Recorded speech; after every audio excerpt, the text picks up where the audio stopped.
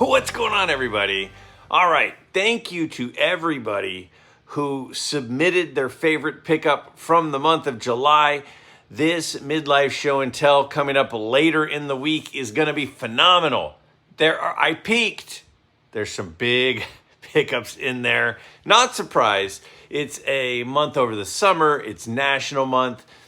This is going to be an absolute show of crazy pickups. So thank you again to everybody who did that. If you missed the deadline, which was yesterday, then be sure to take part during August. We do this once a month, every month. Look forward to it. Super fun, and appreciate everybody who has participated over the last almost 2 years. It's been almost 2 straight years every month that we've been doing this. So again, thank you. Now, last week I threw out a question, and the question was, what is the biggest threat to the hobby? And I know some people are, oh boy, here we go, fear-mongering. That's doom and gloom. No, it's not doom and gloom. It's not fear-mongering. It's just the way that I kind of go about things in my daily life is I prepare for the worst and hope for the best. And by kind of looking at what landmines might lie ahead, it allows me to be prepared. Now, it's the same reason I keep a calendar. So I know what I have going on Wednesday, so I don't double book. And same thing with Thursday. If I know I've got a busy day at work, like, for example, this Thursday is back to school night at my school. I mean, what does every teacher really, really want to do after about 10 days of work when they're fully exhausted?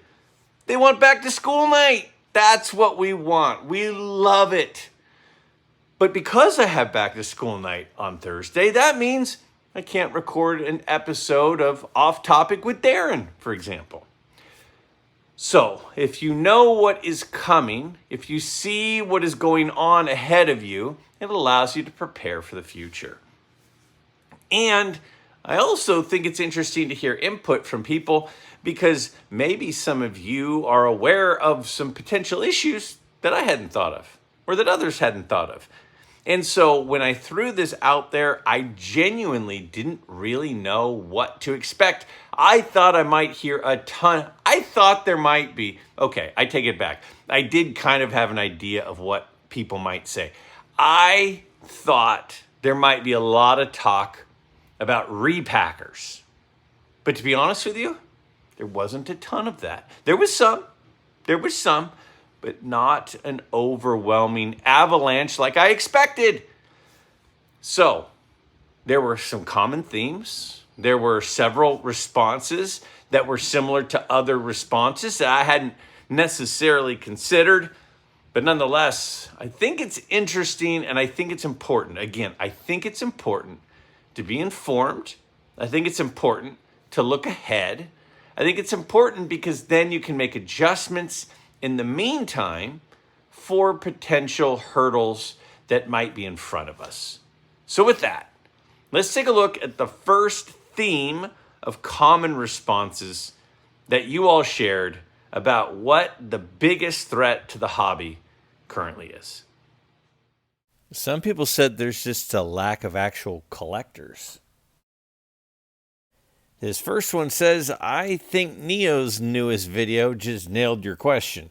The current threat to the hobby is the fact that it's not really a hobby anymore. It's an industry. It's a casino, a trade market. But it's a hobby last. The biggest threat to the hobby is already here.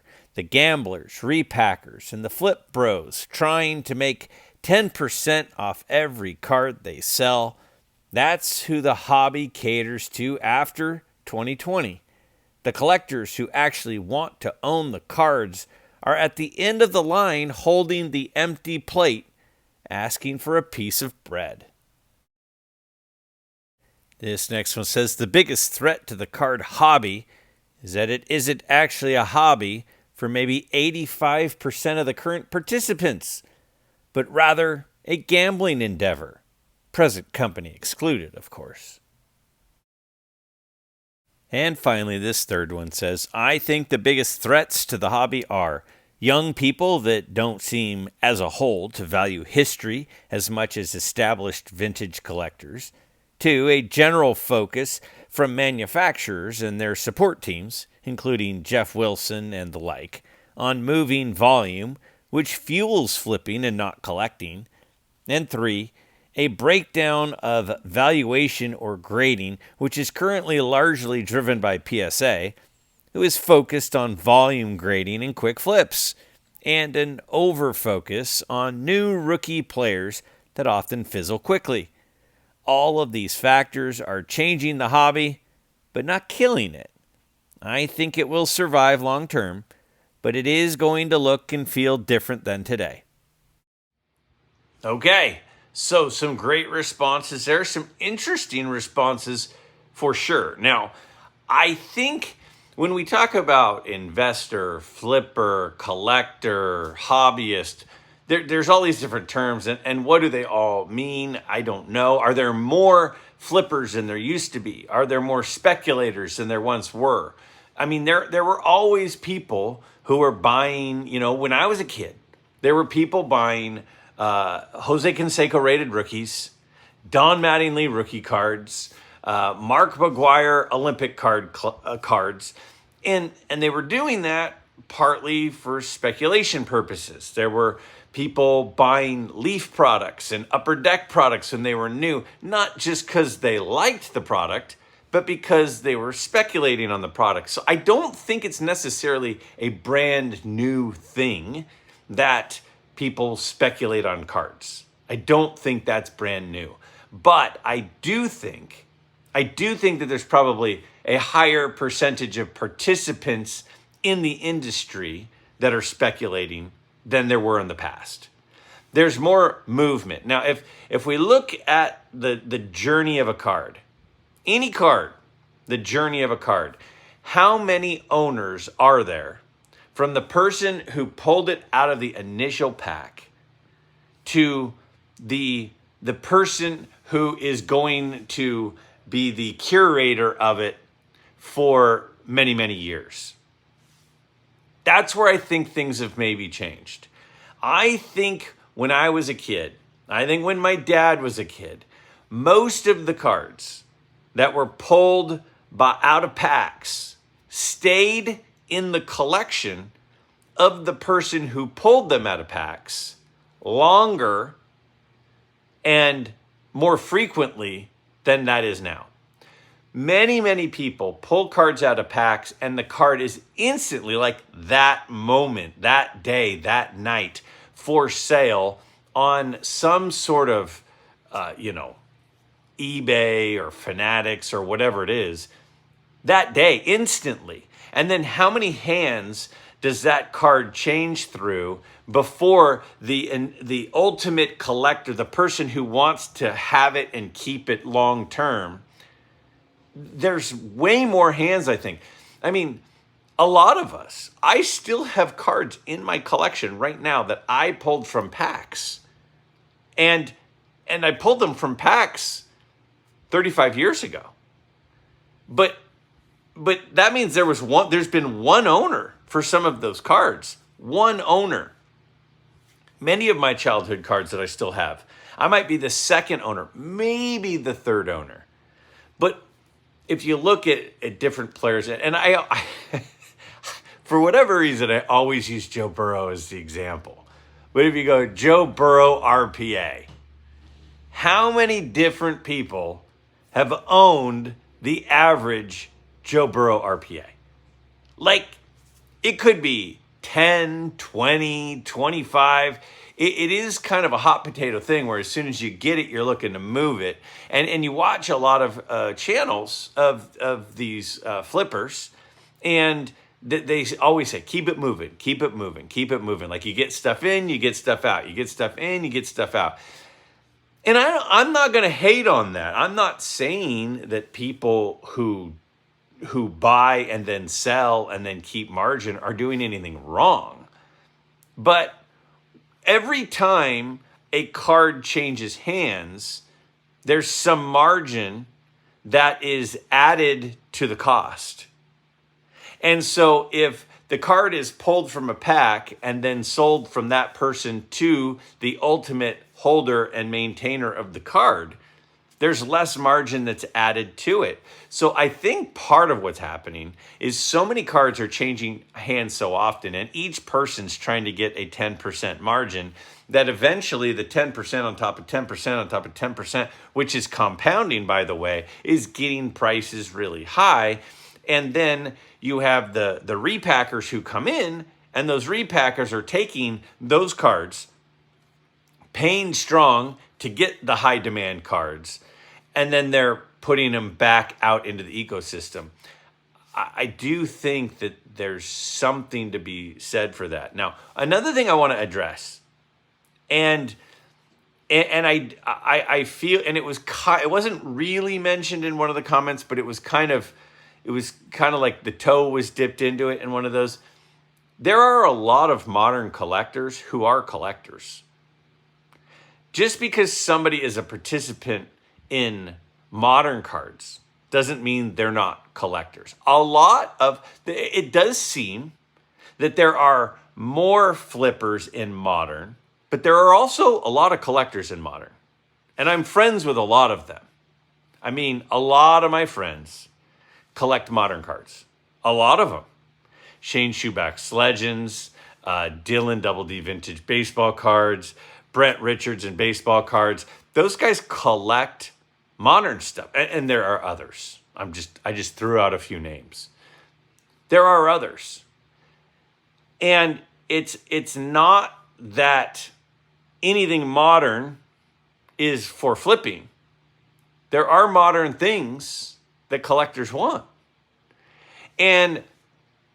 But I do believe there are more people involved in the flipping game. And the reason is because there are current events that happen with modern that could potentially up value and by upping demand, right? It is easier to flip a card of a quarterback who you think is going to have a good season and see increased demand in the near future.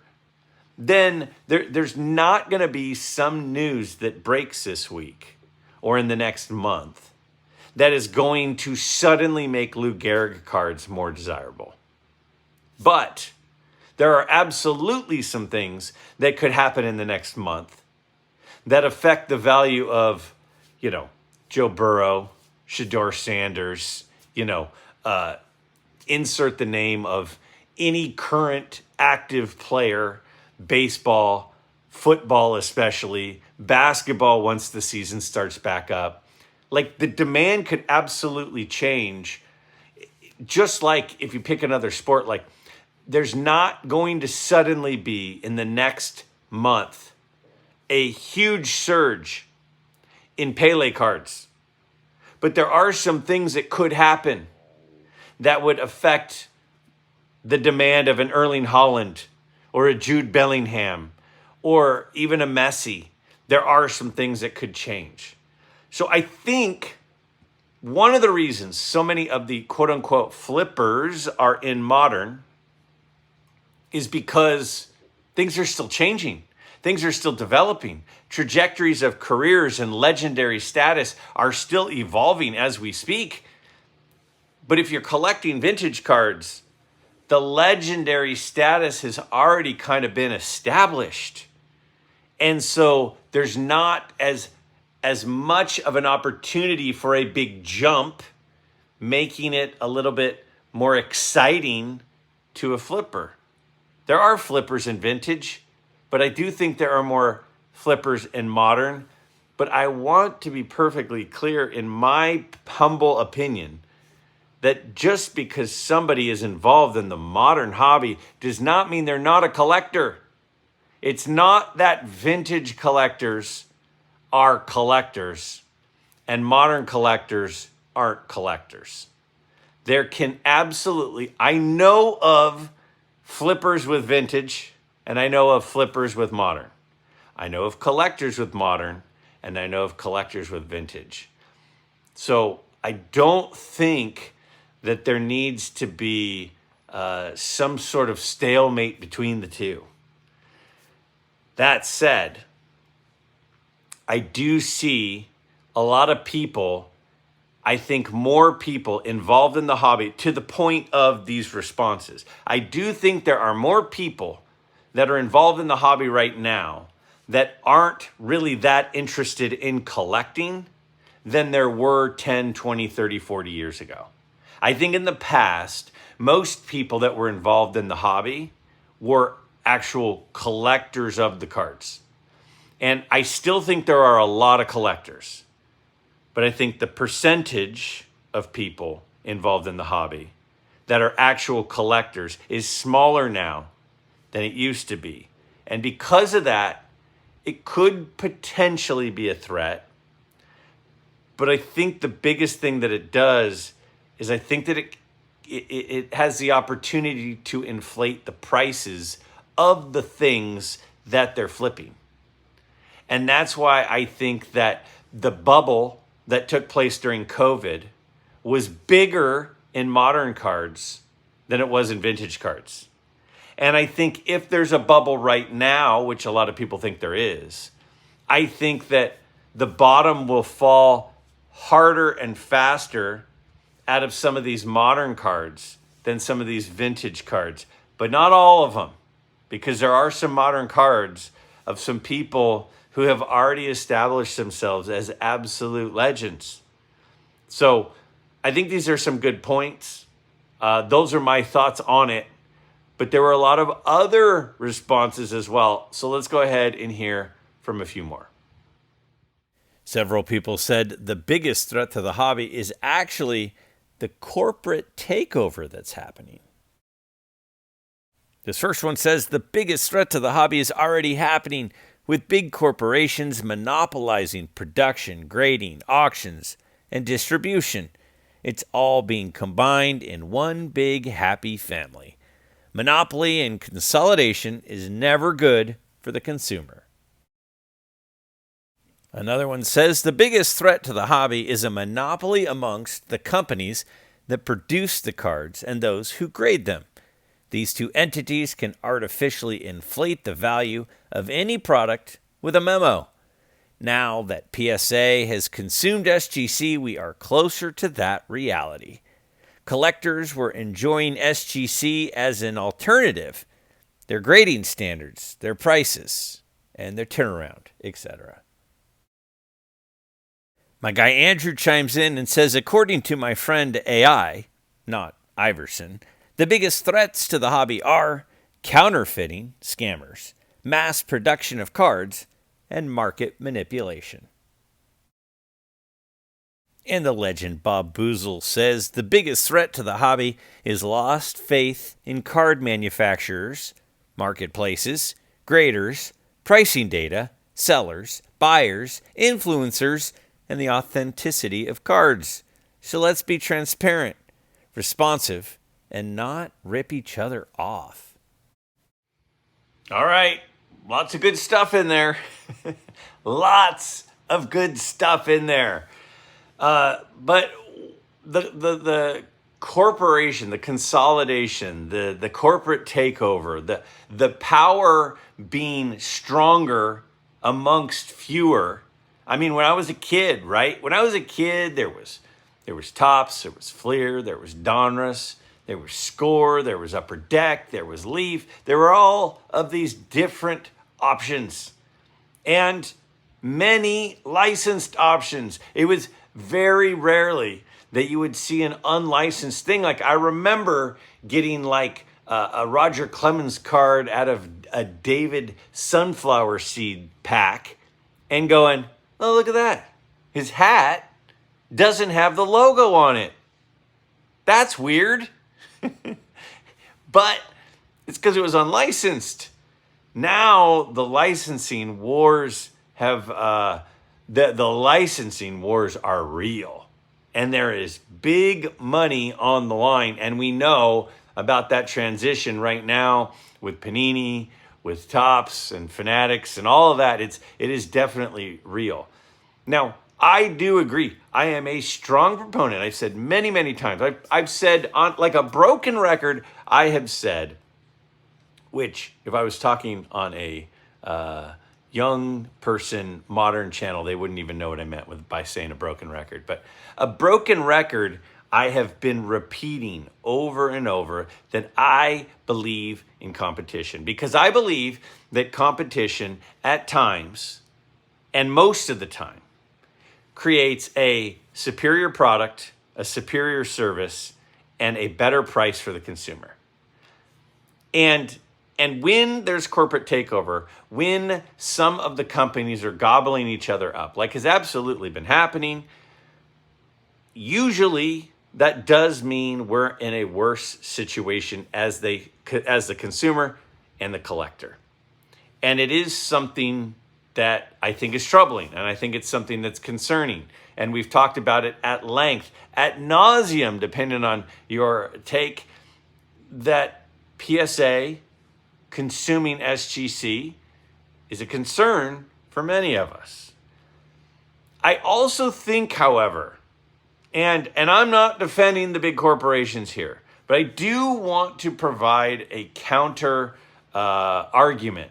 I want to make this discussion and ask you guys, what do you think?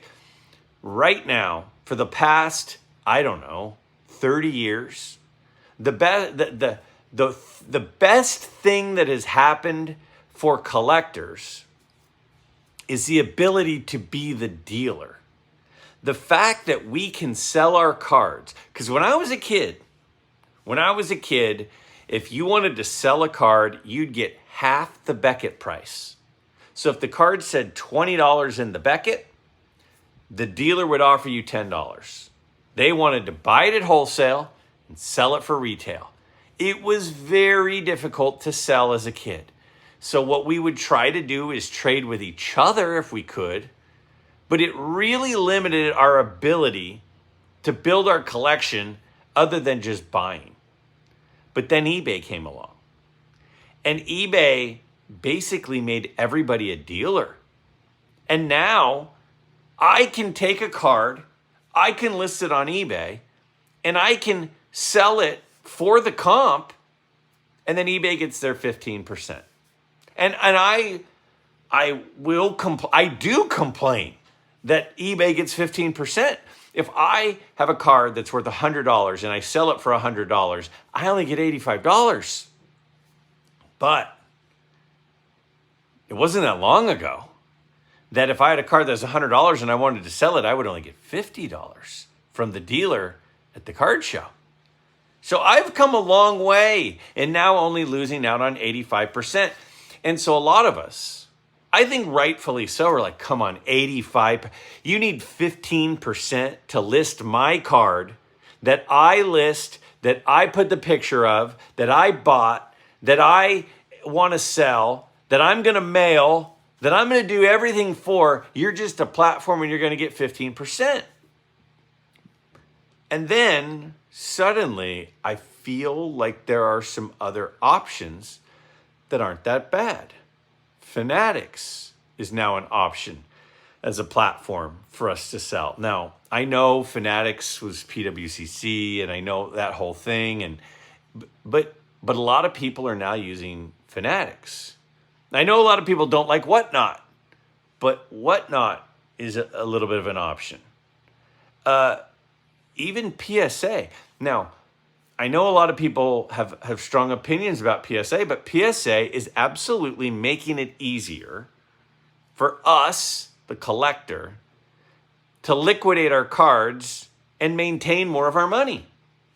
So, listen, I'm the first person to throw rocks at the company that is going to do something that I don't like. But PSA being able to grade a card, and if the grade comes out high and I decide I want to liquidate it, being able to liquidate it as easy as just hitting a button and say, sell it for me. Now they're coming with offers and they're going to say, hey, you've got this card that we graded and you can have this much money for it.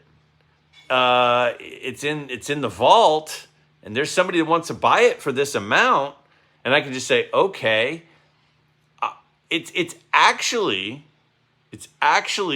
easier right now to sell than it's ever been. And I actually right now have PSA is a pretty good option that a lot of people are using to sell. PWCC turned into Fanatics. A lot of people are using that. eBay, a lot of people are using. And so what's going to happen? What's going to happen if everybody starts selling on Fanatics? eBay's going to lower the commission that they get. And what's going to happen if everyone starts going over to PSA and they start taking those offers and they start selling things out of the vault for a lower percentage than eBay or Fanatics charges? It's going to lower the prices. So I do agree that corporate takeover can have negative ramifications. And consolidation and monopoly means less competition, which is not good for us. But sometimes the consolidation allows companies to reinvest, to grow, to create a bigger menu of potential options. Wait a second, Greg. Are you saying Topps, who manufactures cards and now has a platform to sell cards, is good? I'm not necessarily saying that. But what I am saying is Fanatics and the deep pockets behind Fanatics being able to buy a platform and make it easier for me to sell my items might be putting some pressure on eBay. And PSA starting to have some options for me, and I'm not really meaning me per se, but collectors who decide that they have a card that they've graded or they have an item that they want to sell, another opportunity, another method in which to sell it and liquidate it might be a good thing. See, sometimes the corporate consolidation is negative, and I do think there have been some negatives from some of the corporate consolidation. I do believe that. But I also believe that PSA has added some ways for us to liquidate our cards, which in turn is going to put some pressure on some of these other companies that we've been using. And I also believe that Fanatics has been doing that, which is putting some pressure on the other companies. And that, so sometimes the consolidation allows those companies to have enough power to reinvest. The question is it good? Is it bad? What I'm saying is this. I'm not saying that the consolidation is good. I'm not disagreeing with her. I know. It sounds like I'm disagreeing. I'm not disagreeing. When there's consolidation, when I go to the National and there's this huge Whatnot booth and this huge eBay booth and this huge Fanatics booth and this, huge PSA booth, I go, oh, seriously? This is just supposed to be a hobby. And now these corporations are getting more and more and more of the square footage at the National that should just be tables where we can buy and sell. But there is some good that is happening from all of this too. It's easier for us to sell than it's ever been. There are more options for us to sell and maintain a high percentage than there's been in quite a few years. I worry about where consolidation could go. And as far as the grading piece, I am concerned about the current climate of the grading. I don't like what is happening with PSA and SGC, and I've been saying that since literally since the night it was announced that SGC was going under the collector's umbrella. I've expressed concern, and a lot of you are tired of hearing about it. But some of the things that some of these companies have been doing have actually given us a little bit more power, at least in the meantime. So yes, the consolidation of grading concerns me, but the increase in power of some of these big players in the space might actually give us, as the consumer and potential seller of things that we're ready to move on from, more opportunities than we've had in the past. So I agree it's concerning, but I do think we also have to acknowledge the fact that some of these companies gaining power might also, while they might be closing some doors, while they might be making some things more difficult, I do agree with that, it might also be opening some other doors and making some other things easier for us. I think. Am I crazy? If I'm crazy, down below, tell me why I'm crazy. But I think we at least have to acknowledge the good and the bad. If my wife comes in and all she does is tell me everything that I'm doing wrong, but she doesn't tell me the things that, hey, you mowed the lawn, it looks great. You know, if she doesn't at least give me a few attaboys, if she doesn't do that and all she does is tell me about the stuff that I'm not doing right, that's not fair. And so while I have some concerns about some of the corporate takeover, which I think is valid, don't we at least have to admit that some of the stuff that they're doing is maybe actually benefiting us to a certain degree? That's all I'm trying to say. Some other people said, will collectors actually protect the hobby? This first one says, I think most of the threats to the sports card hobby are unlikely, and people shouldn't worry about them. But here's my list anyway. Number 1, economic collapse. Number 2, the sports leagues.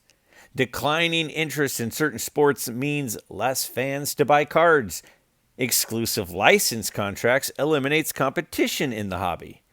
And number 3, collectors that are unable to cope with changes in the hobby. Cards are supposed to be fun. Prices are too high. Prices are too low.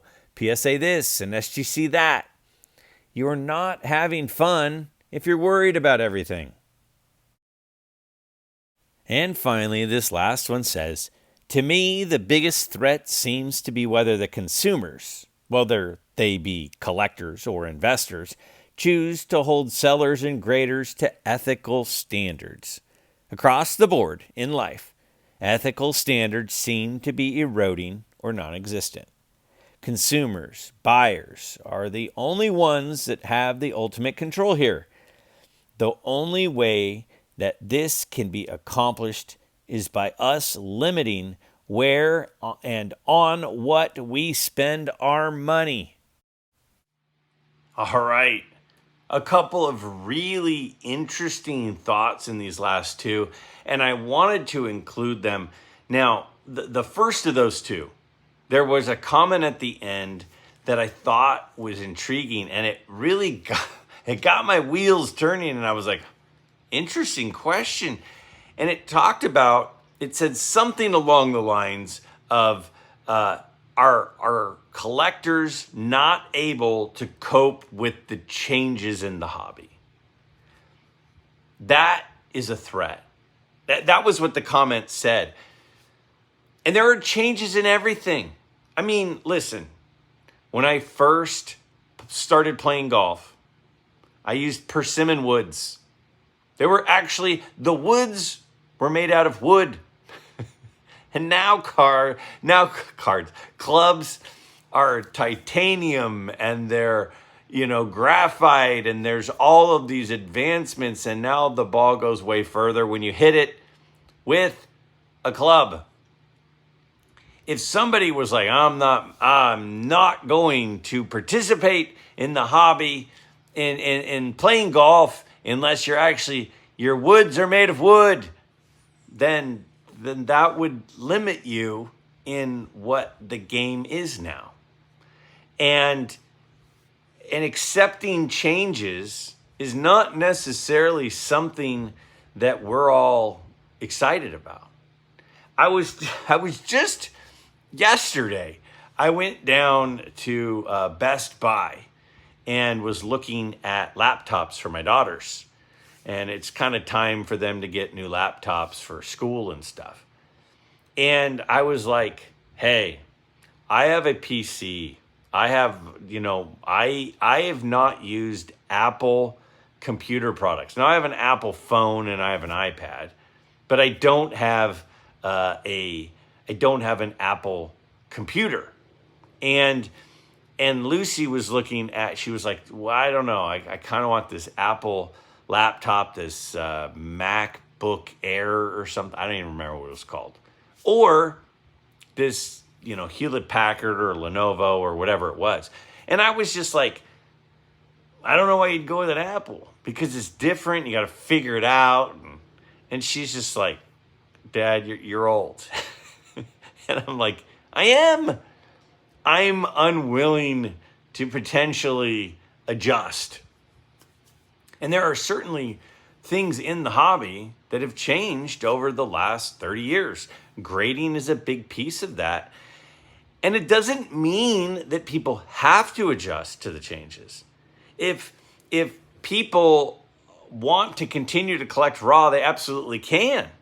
If people want, and I know I'm walking into a hornet's nest right now of people saying, so you're saying that if I like my cards ungraded, that I'm like the guy who golfs with persimmon woods? No, I'm not saying that. What I'm saying is in anything that we do, there's evolution. I'm sure there are some people that still use a typewriter to type their letters. And that's fine. But I think a computer might be a little bit more efficient for you. Greg, are you saying that if I'm keeping my cards raw, it's like I'm using a typewriter? No. What I'm saying is that there is a huge menu of options in how to participate in the hobby. You can be a person who opens wax, does raw cards, does vintage cards, does modern cards, does graded cards, uses PSA versus SGC versus Beckett versus CGC. We have a lot of options. And I think being open to some of the changes isn't a bad thing. I think that there are a lot of us vintage guys who look at a numbered card and just scoff at it right away. And some of us will never get into vintage or modern and will never get into numbered cards. And that's fine. But it doesn't mean, this is what I'm trying to say. It doesn't mean that the person who has gone from raw to graded or has gone from PSA to Beckett or Beckett to PSA or SGC to PSA, or the person who has gone from vintage to modern, or gone from base cards to numbered cards and parallels. It doesn't mean that the other person is doing it wrong. The way I look at it is it's just a bigger menu. It's a bigger menu of options. And ultimately, I do agree with this comment about we have to be open to coping with the changes to the hobby. But that doesn't mean that we have to be a participant in all of those options. I am open to people who want to collect parallels and numbered cards and modern cards and open wax. I'm open to that. But it's not for me. But it might be what's best for them. Some of my friends who collect modern stuff, Dylan, Double D, Dylan used to kind of be against numbered stuff and parallels. And now a lot of that stuff he's into. Now, it depends on what it is and who it is. It's not all of it. It's okay. What I'm trying to say is it's okay to evolve in what items on the menu within the hobby that we want to be a participant of. I don't think that the guy who's always collected pre-war and still collects pre-war and always collected ungraded and still collects ungraded, I'm not saying that that person is no longer a true participant in the hobby. What I think that I'm trying to say is that that's one of the options and he's having fun doing that, then that's fantastic. That's fantastic. And it doesn't mean that people that do it differently are wrong. That's the key, is that we have more options on the menu than ever before, and all of those options are okay. With all of those options, there are risks. If you want to collect modern and you want to collect prospects, there are risks to that. Just like there were risks to buying an 84 Fleer Dwight Gooden card in 1985. And that card is worth less now than it was then. Same with Darryl Strawberry. There have always been prospects. Same with Jose Canseco. Same with Mark McGwire. I could buy a nice Mark McGwire Olympic card right now for, in an 8 holder for $15 to $20. But in 1990, it was more than $15 to $20. I just think, and the second comment, and I have it right here, and I don't want to be forgetting about it as well. Consumers have the ultimate control. That really is what it boils down to. That the ultimate decisions because we just talked about this corporate takeover. And again, a lot of people have worries about it. I'm worried about it. Let me be clear. I'm worried about the corporate takeover. I also think some of what the corporate takeover is doing might have some benefits. Will they be long-term benefits? We'll see. But ultimately, it's us, the collector, who has the power.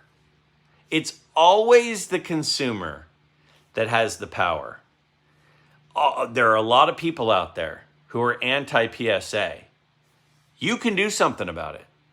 There are a lot of people who want SGC to stick around. You can do something about that.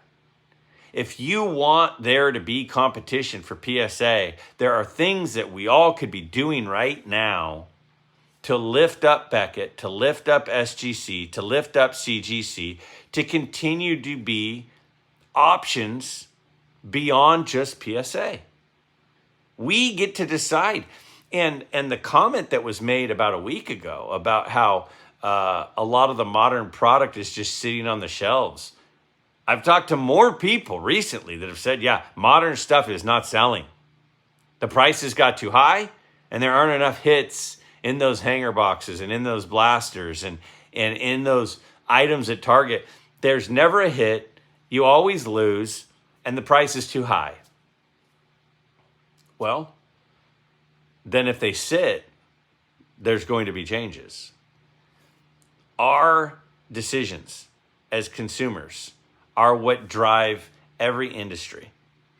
If people really hate PSA and enough people stay away from PSA, then PSA will adjust.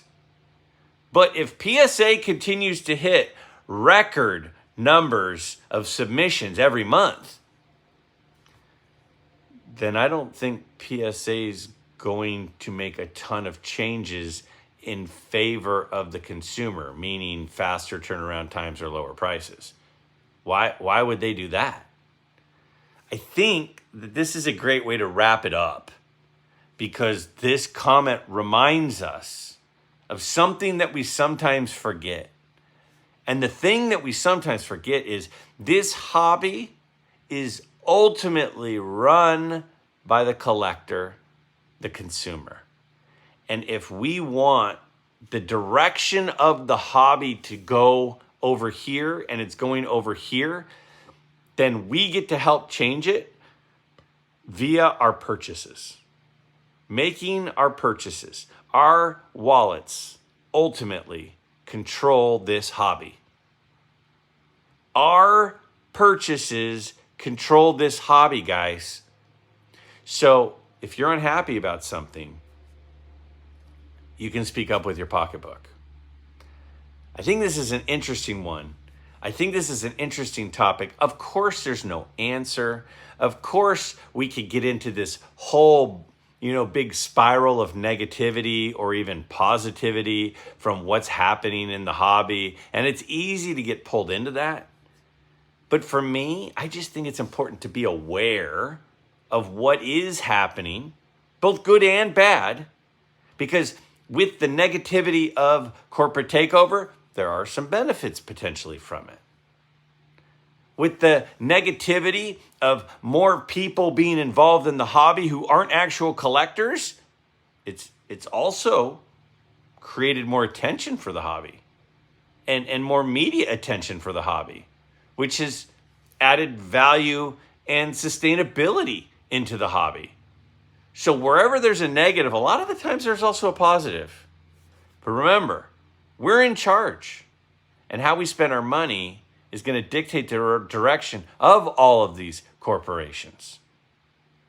So, yeah, I think the collector is the leader in the space. So my question for this week is an interesting one. There's been a lot of topics, a lot of talk recently. I think it was Mike Moynihan, baseball collector, who did a question to the community, which was, what are the 10 top iconic cards in the hobby? And a lot of people have been doing different videos on it. And I've actually thought it's been enjoyable seeing what different people think the top 10 cards are in the hobby. And a lot of people, almost everybody who's been doing this, would say that the 52 Mantle and the T206 Honus Wagner are the top two. It kind of is like, yeah, we know two of them. What are the other 8? So my question for this week is this. Other than the 52 Mickey Mantle, 52 Topps Mickey Mantle, and the T206 Honus Wagner, what's the most iconic card in the hobby? So not what are your top 10. What is your top 1 other than the 52 Topps Mantle and the T206 Honus Wagner? And we say, why does this even matter? Who cares? We're just talking. The reason it matters is because what makes something iconic is the demand for it. And if we can identify where there is the strongest demand all time of cards, that likely has something to do with the long-term value of those cards. If you focus on the most iconic and famous cards, you're also focusing on the cards that are going to be the most relevant to the most people, meaning the most demand, which is the biggest factor, or at least one of the 2 big factors on the long-term value and interest of those cards. So let me know, not top 10, what is your pick for number 1 most iconic other than the 52 Topps Mantle and the T206 Honus Wagner?